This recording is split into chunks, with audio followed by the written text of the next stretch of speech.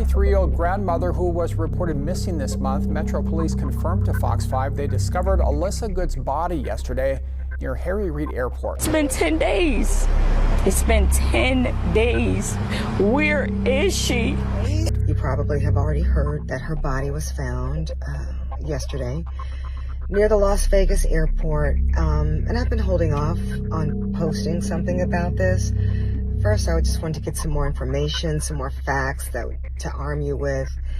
And, you know, it's been a challenge because there's been such, you know, an emotional outpouring for Alisa. So let me tell you what I know.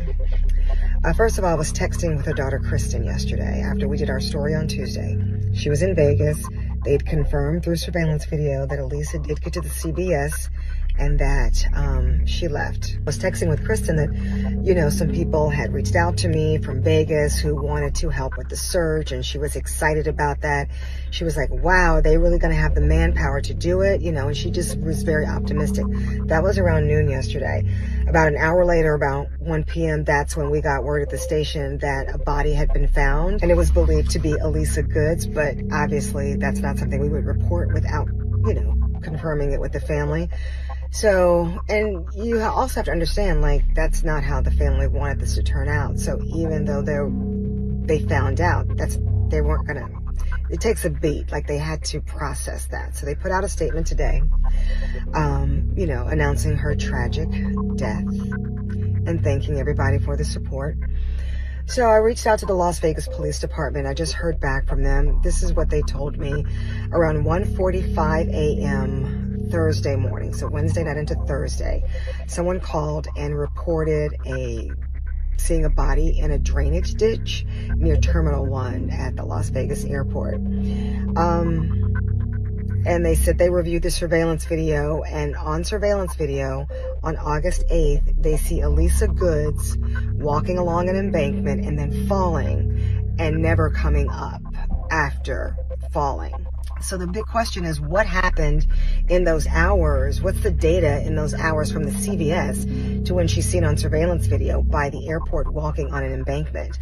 If you're familiar with Las Vegas, if you're not, rather, I've been there before, and the airport is really not isolated from the Strip. Like, I've literally walked from the Strip, from the airport to the Strip. So you can, you know, feasibly walk from the airport to the Strip, but it just doesn't, you know, just leaves questions as to what happened and why she was walking on an embankment. But she was seen on surveillance video, according to the police. And I just emailed them back asking them, so what time was that? Like, what time was she seen on surveillance video walking on this embankment, falling, and then never, ever coming up? You know, being seen on surveillance video coming up. So, but I want to at least get you that while we try to put that timetable together. And the other part is just the cell phone. I suspect her cell phone was lost or discarded. I mean, maybe if it was someone found her phone, most likely. They found her phone and started purporting to be her and just trying to get money from the people on the other end. It will likely turn out that they didn't have anything to do with the disappearance, but just knew there was family on the other end of the phone and they were trying to get that Bitcoin. That is just in my experience of covering crime for over 2 decades. But very sad development, very sad debrief today. One question is answered, but it opens the door to a lot of others.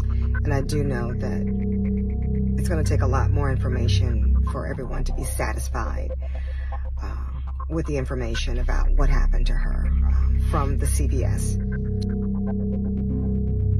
You've been waiting 2 weeks for this update. Alisa Goods is dead. Police found her body near Harry Reid International Airport in Las Vegas. They're calling it simple: she fell. But here's what they're not explaining.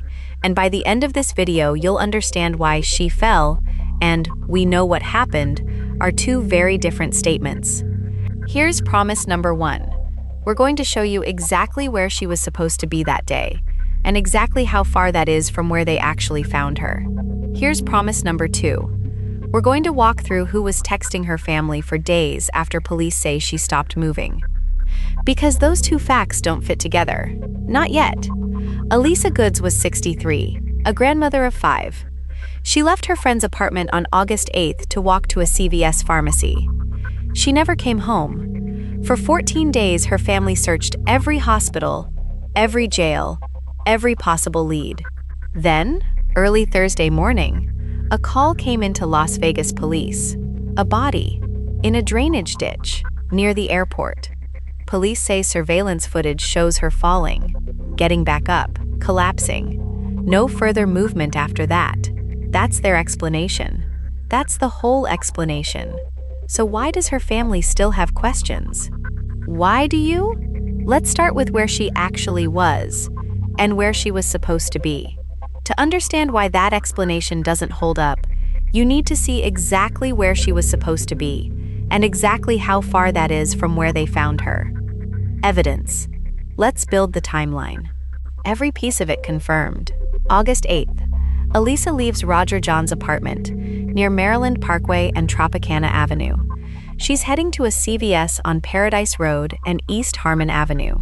That's the plan. That's what she told him. She never arrives home. Roger waits. He calls.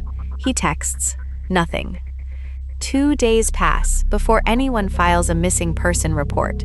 Her family isn't in Las Vegas yet. They're in New York, watching their phones, waiting. Here's the question you should already be asking. If she left in broad daylight, on a route her friend knew, how does 2 full days pass with zero trace of her? No hospital record, no arrest record, nothing. Then her family mobilizes. Kristen, her daughter, flies to Las Vegas. She physically walks the streets herself. The family calls hospitals. They call jails. They call the coroner's office. Over and over. Every single time, the answer is the same. No match, no Alisa Goods, no answers. 14 days of that. 14 days of nothing. Now here's promise number 1. Delivered. Investigators eventually pull surveillance footage from near the airport, and what it shows changes everything about the timeline. The footage is dated August 8th, the same day she disappeared. It shows a woman believed to be Alisa walking along an embankment, falling, getting back up, collapsing. No further movement observed after that point. If this timeline is pulling you in already, hit subscribe now. We break down every update on this case the moment it drops. If that footage is accurate, her search was already over before it started. She wasn't lost during those 14 days. She was already down. Her body is found early Thursday morning, just before 2 a.m., in a drainage ditch, feet from the Terminal 1 parking garage. Police say the spot couldn't be seen from the street. That's the reason no one found her sooner. Sit with that for a second. 14 days of flyers, phone calls, and search parties. And she may have been there the entire time. But if she stopped moving that same day, then who was still using her phone almost a week later? Key question. Here's promise number 2. Delivered. This is the part of the case that doesn't add up. 2 days after Alisa disappears, her family starts getting text messages from her number. At first, the messages ask for gas money. Here's the problem. Alisa doesn't drive. Her family knows that immediately. It doesn't fit. Then the ask changes. The messages start requesting Bitcoin. Her son gets a phone call. A voice claims to be Alisa, asks if money is being sent. Her family says it isn't her voice. Not even close. Now line up the timeline. Police say the surveillance footage shows no movement after August 8th, but these messages continue for days afterward. So who sent them? Let's number what we actually know. 1 point at a time. 1. She disappears August 8th, according to footage, and never moves again after that day. 2. Texts asking for gas money start roughly 2 days later. 3. The gas money request doesn't match her. She doesn't drive. 4. The requests escalate to Bitcoin. 5. A phone call comes in claiming to be her voice. Her family says it wasn't. Police have floated one theory: phone spoofing. A scam, completely unconnected to her disappearance. Maybe, but ask yourself something. What are the odds a random scammer independently targets her specific number, the exact same week she goes missing in that city? That's not impossible, but it's a significant coincidence. We're not telling you what happened here. Nobody fully knows yet, not even investigators. But we are telling you this gap is real, and it hasn't been explained. Quick poll. Do you believe this was random spoofing, yes or no? Vote in the comments. We're tallying every answer. So if it wasn't her on that phone, and it wasn't just coincidence, there's one more person we need to talk about. The one person who was actually there. So if it wasn't her, and it wasn't just a coincidence, then the next question is about the one person who was actually there. Suspect truth. Roger John, Alisa's longtime friend, the man she was staying with, the last confirmed person to see her alive. He watched her walk down those stairs on August 8th.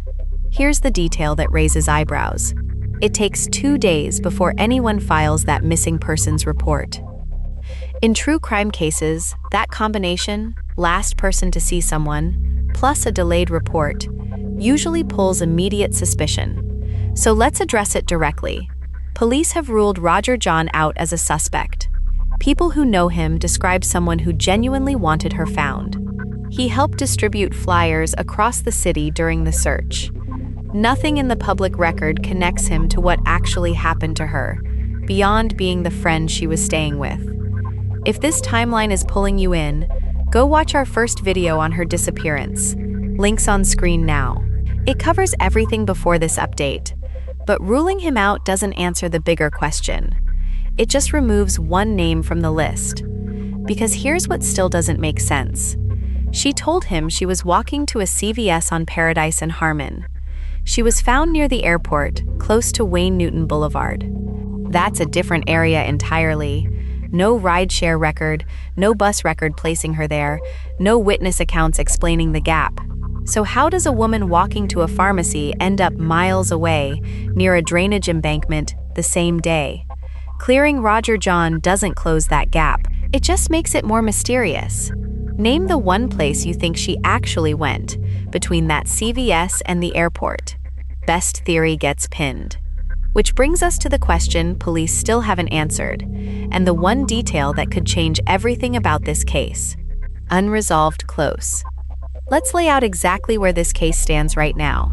She was found miles from where she said she was going. Her phone kept texting her family for days after she reportedly stopped moving. Police still haven't released an official cause or manner of death. To be fair, police have not called this suspicious. No official foul play claim exists. An unwitnessed fall is medically real. Head injuries can incapacitate someone fast, sometimes permanently, with no one else involved. But she fell explains how she may have died. It doesn't explain how she got there. The truth is, only one thing can actually close this case: the Clark County coroner's official cause of death. Until that report drops, every question you just heard stays open. If you know anything about Alisa Goods, her final hours, or those text messages, Las Vegas Metropolitan Police want to hear from you. So does the Clark County Coroner's Office. One word: accident or foul play? Drop it below. We're reading every single one.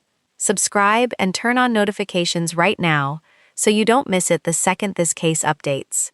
Rest in peace, Alisa Goods. Her family deserves the full truth. So do you.